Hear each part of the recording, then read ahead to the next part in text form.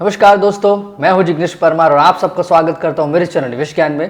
तो दोस्तों, आज इस वीडियो में हम जानकारी लेने वाले हैं HDFC म्यूचुअल फंड्स के द्वारा लॉन्च किए गए अपने नए NFO HDFC multi cap fund के बारे में। तो ये एक ओपन एंडेड इक्विटी प्रकार की स्कीम है जो कि इन्वेस्टमेंट करने वाली है large cap, mid cap and small cap प्रकार के स्टॉक्स में। ये NFO ओपन हुआ है 23 नवंबर 2021 को और क्लोज होने वाला है 7 दिसंबर 2021 को। तो दोस्तों, इस NFO की जानकारी अच्छे से समझने के लिए आपको इस वीडियो को अंत तक देखना बेहद ज़रूरी है।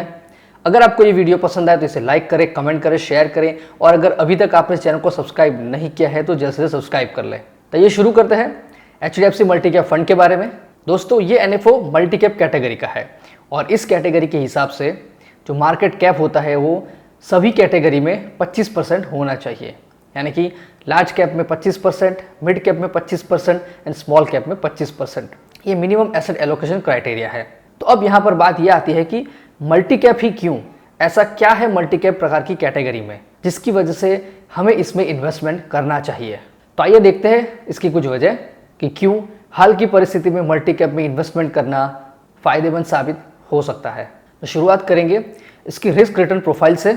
इस ग्राफ को देखिए, ये graph risk probability versus return potential का ग्राफ है, जहां पर लार्ज कैप कैटेगरी की स्कीम का रिस्क और रिटर्न दोनों ही सबसे कम है एंड स्मॉल कैप कैटेगरी का रिटर्न एंड रिस्क दोनों ही ज़्यादा है। और रिस्क और रिटर्न के हिसाब से multi cap category large cap, flexi cap, large and mid cap के बाद चौथे नंबर पर है। मतलब कि इसका रिस्क ज़्यादा भी नहीं है एंड कम भी नहीं है। दोस्तों, इंडस्ट्री में खास बात यह है कि उसके टॉप के लीडर्स कोई भी कैटेगरी के हो सकते हैं।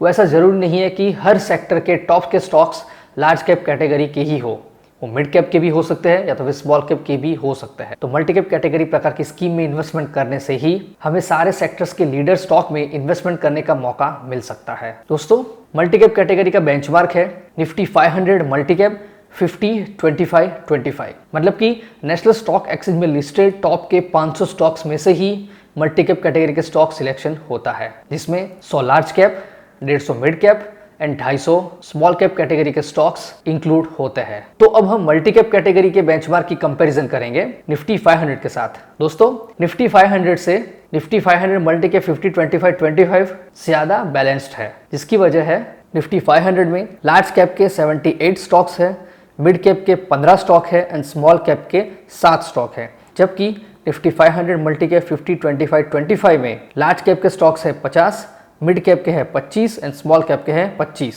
और इस ग्राफ को देखने से आपको पता चलेगा कि निफ्टी 500 को निफ्टी 500 मल्टी कैप 50-25-25 ने आउट परफॉर्म किया है। 2005 से लेके 2021 तक का ये ग्राफ में आप देख सकते हैं। अब एक और टेबल के जरिए मैं आपको बताना चाहूंगा कि हर प्रकार का सेगमेंट अलग अलग टाइम पीरियड में अलग अलग परफॉर्मेंस देता है, large cap, mid cap and small cap. तो यहाँ पर आपको इस टेबल में 2006 से लेके 2021 तक की तीन सेगमेंट की रिटर्न की कंपैरिजन दिखाई है। लार्ज कैप के लिए है निफ्टी 100, मिड कैप के लिए है Nifty mid cap 150 total return index and small cap के लिए है Nifty small cap 250 total return index. तो यहाँ पर इस टेबल में आप देख सकते हैं जो भी हाईलाइटेड रिटर्न्स है वो पर्टिकुलर ईयर के टॉपर्स है। जैसे कि 2006 में स्मॉल कैप ने 78.9% रिटर्न दिया था, जबकि मिड कैप ने 75 एंड लार्ज कैप ने 67.7% रिटर्न दिया था। वहीं 2007 में large cap 13.6, mid cap -1.1 and small cap 11.9%। उसी तरह से यहाँ आपको सारे रिटर्न की कंपैरिजन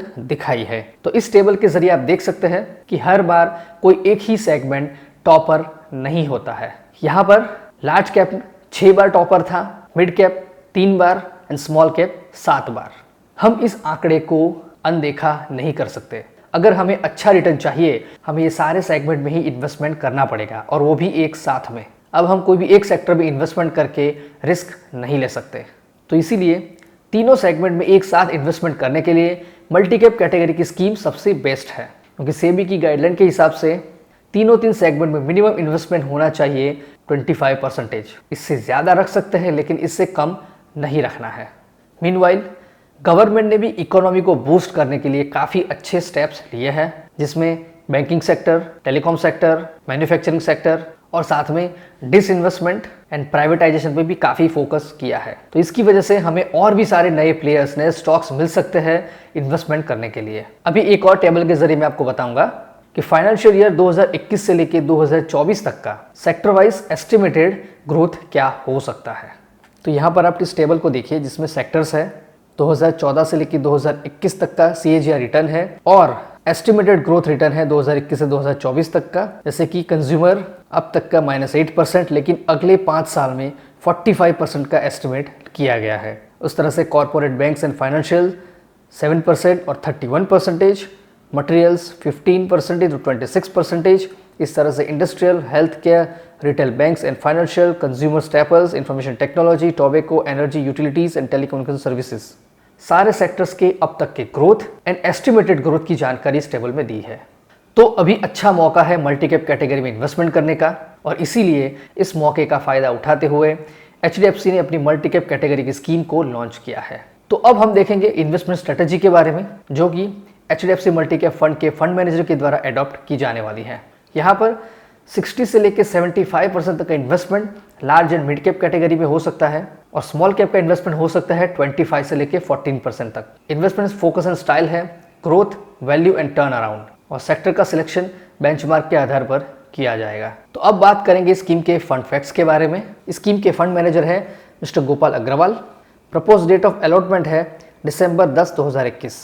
इसका बेंचमार्क है निफ्टी 500 मल्टी कैप 50-25-25।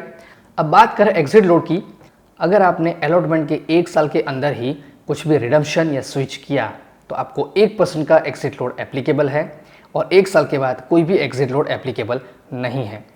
यहाँ पर SIP, STP, SWP सारी प्रकार की फैसिलिटीज़ अवेलेबल है। प्लान्स की बात करें तो डायरेक्ट एंड रेगुलर दोनों ही प्रकार के प्लान्स अवेलेबल है। ऑप्शंस में ग्रोथ एंड डिविडेंड में भी dividend payout and dividend reinvestment दोनों ही प्रकार के प्लान ऑप्शंस अवेलेबल है। मिनिमम एप्लीकेशन अमाउंट है ड्यूरिंग NFO पीरियड 5,000 रुपये and any amount thereafter और कंटिन्यूस ऑफर में 5,000 रुपये और उसके बाद कोई भी अमाउंट। एडिशनल परचेज आप कर सकते हैं 1,000 रुपये और उसके बाद कोई भी अमाउंट पे। इस स्कीम का रिस्कोमीटर है वेरी हाई, मतलब कि आपको लंबे समय के लिए ही इस स्कीम के अंदर इन्वेस्टमेंट करना चाहिए क्योंकि इस स्कीम में small cap and mid cap का पोर्शन मिनिमम 50% जितना है।